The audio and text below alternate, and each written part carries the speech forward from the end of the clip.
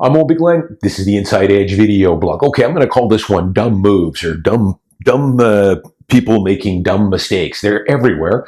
It's Saturday, so let's do a quick Saturday blog here on investing and the buy and hold mentality that I think you need. Don't panic. People do dumb things. A lot of times they, listen to the media or listen to the news who generally have no background or expertise on what they're talking about. And of course, the narrative is always negative. That's what the media loves to do, because I often go back to the Psychology of Money with Morgan Housel. I've mentioned this book many times in passing. He always says, know the difference in the game that you're playing versus the guy you're listening to is playing. You're probably playing different games, and generally you are. For me, I'm an investor. I buy really high quality real estate, the best companies in the world, and then I just sit on them. I collect the dividends, the quarterly dividends, and then I just reinvest it back and call it a day. Or I index invest, buy the S&P 500 or the VIG or the TSX or the XEI. Again, reinvest the dividends quarterly and call it a day. But the game that a lot of these media people are playing is a totally different game. The game the media plays is to get you into that fear cocoon, grab you with a headline like the day of reckoning is coming or the market's in free fall or whatever, because their game is to get clicks. And they're not going to do that generally with a positive message. They're only going to do that with a call to action to something negative. But I'll run through a few things here. A couple of things in the news here. A story about people that bought a house in Langley at peak market last year and now want to sell it. And oh, woe is me. We're going to lose about $150,000 to $200,000 on the sale. Well, yeah, that's what happens with real estate, and they're surprised. Well, bad counsel here. I don't know who was instructing you to buy this house, your realtor. They should have told you that, hey, listen, Mr. Buyer, you're buying this home. It's a good house, but you're buying this at peak price. Market's been on a tremendous roll. Make sure you have the proper holding period for this house. Buy the house, enjoy it, live in it. But if you're planning on looking to sell this home in the next year or two or three, after you take in your PTT and your purchasing costs and your commissions to sell, and not to mention the fact that one of these days the market's going to take a breather and go down a bit, you're going to be in trouble. So you have to have that proper holding period. They just weren't counseled. Another story in the news that the media picked up on was a couple in Toronto that bought a detached house, sight unseen, subject free. And now, of course, they've moved into the house, and the house is a mess. It's a dump. It's falling apart. The roof is leaking. The furnace doesn't work. The plumbing is bad.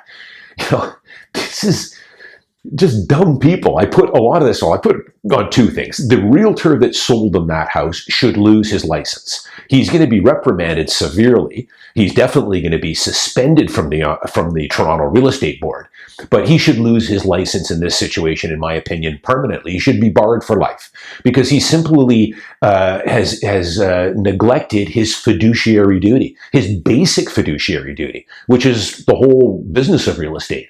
When you hire me as a realtor, I'm going to give you guys fiduciary duty. It's the highest standard of care. I have to act in your best interest at all time.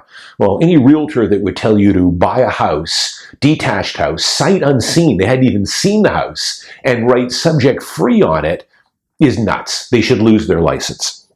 A couple other quick things here. Another property I saw here in Vancouver, I've talked about this before, some of these luxury buildings that are trying to sell these. This one listed at $3.1 million with a tenancy agreement, fixed term until June 1st, 2023. So it's almost got a 1-year full fixed term tenancy on it. And it's currently renting for $5,300 a month. Tenant, like that's a great rent they're getting on a $3.1 million home. Nuts. This house has no hope of selling. Again, it comes down to counsel here. I don't know what the seller is thinking here. If he approached me on this, I would say, you're dreaming. I'm not going to waste my time on this. I would coach him on this. I would say, if you want to get this sold, let's get the tenant out. We can't have a fixed year term tenancy for a year here because investors aren't going to be interested in this product. A $3.2 million luxury home plus PTT, this is for an end user. there's going to be no buyers for this. Not to mention, it's hideously overpriced here. It's on the 9th floor. It's not a great strata. It's only a couple of years old, but it's got issues for sure. I won't tell you guys the strata here. But again, just not proper counsel here. An investor is not interested in this in the least. To assume your tenant at $5,200 and pay $3.4 million for this. The numbers don't add up. They could buy 5 one-bedroom condos for this price, or 4 quality one-beds, and take in more than double the monthly rent as this. Be far better purchase. Final thing, just quickly, before the battery runs out on my camera here, I've had some low appraisals come in. And I know a lot of realtors watch my channel here. You know, I think there's a bit of a mandate come down from the banks, and I can understand it. You know, the market's slowing a bit. Prices are starting to come down a little bit here. Interest rate hikes are more coming. So they're probably getting ahead of it a little bit and, you know, probably saying, let's tighten up a little bit on the appraisals, you know, what these units and homes are appraising at. But I tell you, I've had a couple that are just dumb. The appraiser has just not done his job on this. I had 2 condos downtown that should have appraised far more than this. And I don't know where they were getting their numbers from. They couldn't have done much research on this. You know, when I buy a unit, I know what the comps are in that building, in that neighborhood, and what we're paying price per square foot and all that other good stuff. But, you know, the funny thing is, people, I don't know if they realize it, if you get an appraisal that's on the low side, doesn't, you know, equate to what you think it's worth, you can just get another appraisal done. And in this case, we did that on both of these. And the second appraisals came in exactly where I thought they should have, far higher than the original one. But, you know, it's not sour grapes on my part, just to let you guys know. You know, I know exactly what we're paying here. I'm, you know, pretty well versed in, you know, the condo market downtown and what things are sold at in this particular strata, and the pluses and minuses to the floor and the location and the outlook and all that good stuff. But again, I had a couple here that they must have been new appraisers. They couldn't have gone on the MLS and done a whole lot of research. I think it was just lazy, to be honest. These came in way too light. But I do think that banks are probably starting to put a bit of a mandate now. They won't admit to it. And for good reason. I mean, interest rates are going to be going up here. Let's get ahead of it a little bit and maybe appraise these a little more conservatively.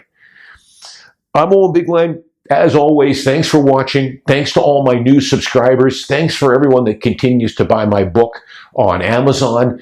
All my new followers on Twitter as well, even though I'm not all that active on Twitter. Have a good week. I'll see you next Tuesday.